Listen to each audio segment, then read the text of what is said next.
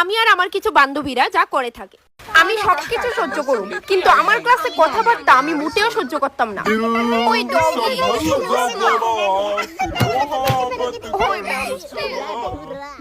এই তোরা চুপ করুস না, দেখতেছস না মেমে যে ক্লাস করাইতেছে, অনবরত যে কথা কইতেছো।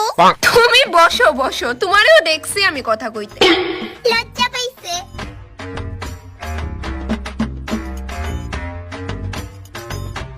এই যে তুমি,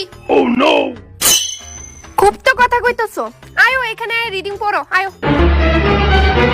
বেস্টি কইতে গেল পড়াইছে 5 নাম্বার পেলা, সেকেন্ড লাইন টিকা। ওর সাথে কি কথা কইতেছো? এখানে আইতে কইছি তো।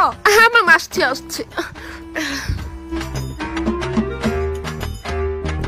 লালু কবিগুরু রবীন্দ্রনাথ মেকুর সকাল হই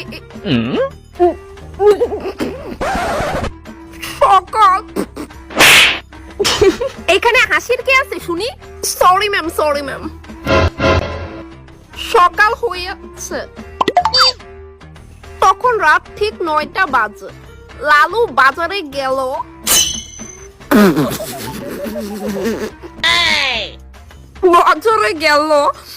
বাজার থেকে